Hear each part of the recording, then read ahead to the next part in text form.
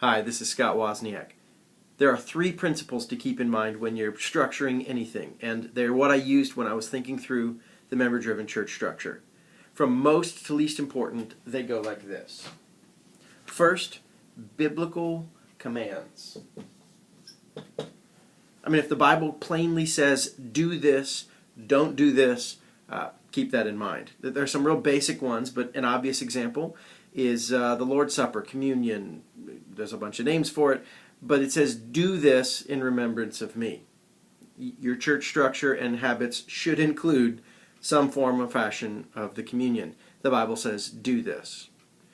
But it doesn't say do this for everything. It doesn't have a list and a liturgy that lays out the whole service, so what else are we supposed to do? Well, then you next move to biblical principles. There are general principles that are very clear in the Bible. While they may not be specific practices or behaviors, the principles are very clear.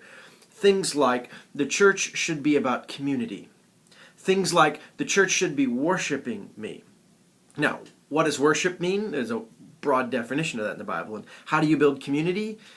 Well, okay, so there's options, which leads us to our third and least crucial, but still important category. Strategic thinking. At some level, we get to do biblical thinking and processing, but it's not just in a principle biblical way. Sometimes you just look at the strategy of the moment and go for it. Here's an example. In the Middle Ages, when people in their villages, all they did was spend all week working together in the same space, building community was really stupid and redundant. Now, nowadays, that's really, really crucial. So the biblical principle says the church needs to be community, while strategically thinking, you don't have to add things to the church. Well, nowadays, we might need to. The Bible doesn't say, though, that you have to eat a meal together.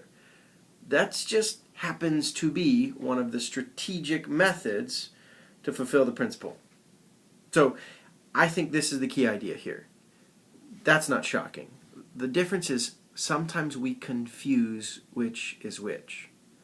Sometimes we take practices or strategies and we slide them up into the category of biblical commands. We forget that there's a difference. We should never play with the biblical commands. Those are commands. But we should know what's not a command and be willing to reevaluate it. We should understand what's a principle and what's strategic. So I would do this. I'd recommend taking, anything, church service, your life, your family, your business, it doesn't really matter. I would lay this out and I would list, literally, which parts are biblically commanded, which parts are maybe principles to keep in mind, and what are just some strategic thinking areas. And list all the activities you're doing and put them in one of the three categories. And then you might be surprised at how much falls in the latter category, and you might want to go back and rethink. Thanks.